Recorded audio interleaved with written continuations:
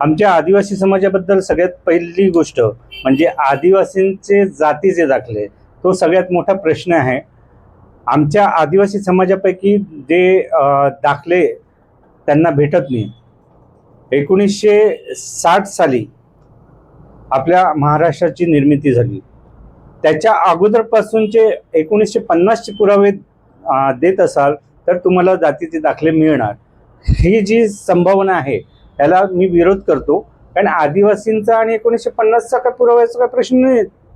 सगळ्यात पहिली महत्त्वाची भूमिका आहे, जर त्यांचा वडिलांकडे दाखला आहे तर त्यांच्याकडे 1950चा पुरावा का मागितला जातो, ह्याचं मी खंडन करतो. त्यांच्या वडिलांचा दाखला आहे तर त्या मुलांना दुसरे सर्टिफिकेट्स वगैरे शोधण्याची गरज काय? तुमच्याच कार्यालयातनं दिलेले आहेत ना, मग ते त्यांना देण्यात यावे.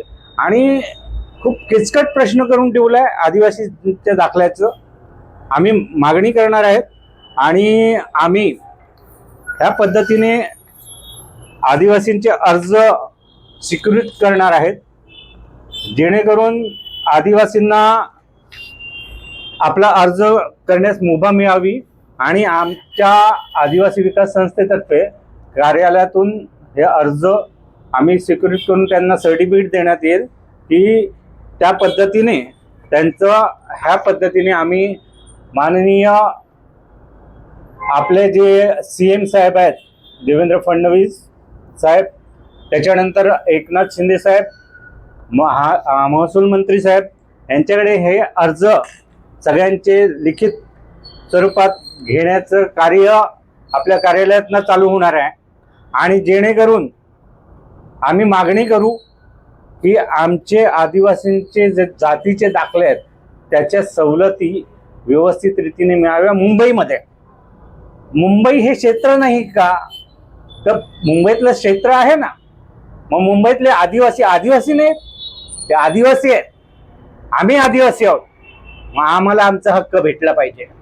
सगळ्यात महत्वाची भूमिका जे जातीचे दाखले आहेत त्याच्यावर एवढं मार्जिन करून ठेवलंय की आदिवासींना आदिवासींचे दाखले भेटत नाही.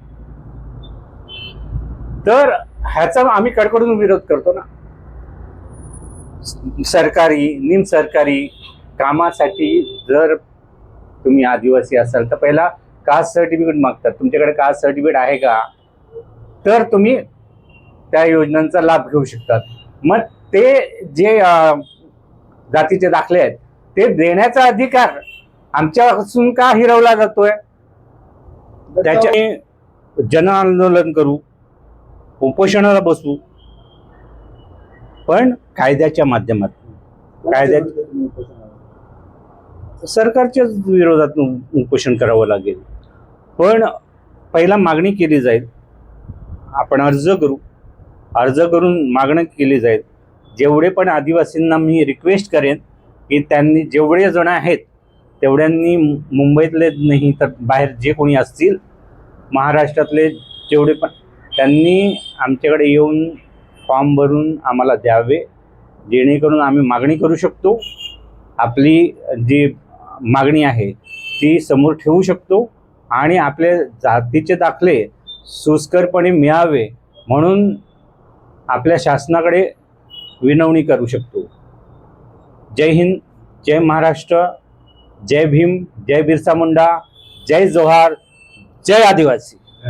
सध्या कास्ट सर्टिफिकेट हरवली. मी आदिवासी मी लेटर टाकलाय, पण ती लोक बोलतात की 95चे 50चे पुरावे आणा. ते आणायचे कुठून? पावसामध्ये सगळं काही गेलं, पण ते तरी पण तेच बोलतात. त्यांनी नोटीस पाठवली आहे की तुम्ही हे नोटीस घेऊन या आणि इकडे येऊन चेक करा, आणि तिकडे गेल्यावर काहीच नाही. काहीतरी विषय पण होता, जेव्हा तुम्ही चांगल्या साड्या किंवा चांगले कपडे घालून जाता तेव्हा ते लोक अधिकारी काय? हो, ती लोक बोलतात तुम्ही तर चांगले दिसतात आहे, तुम्ही कुठे आदिवासी आहे. मग आदिवासीसाठी काय करावं, काय पुरावे द्यावे? तुम्हाला काय वाटतं, मग शासनानेच आम्हाला पुरावे द्यावे ना आदिवासीचे. तुम्हीच आम्हाला द्या, मग आम्ही आदिवासी, आम्ही तर आहेच आदिवासी, पण तुम्ही आम्हाला द्याल तर ते आम्ही घालून फिरू की आम्ही आहे कट्टर आदिवासी आहे.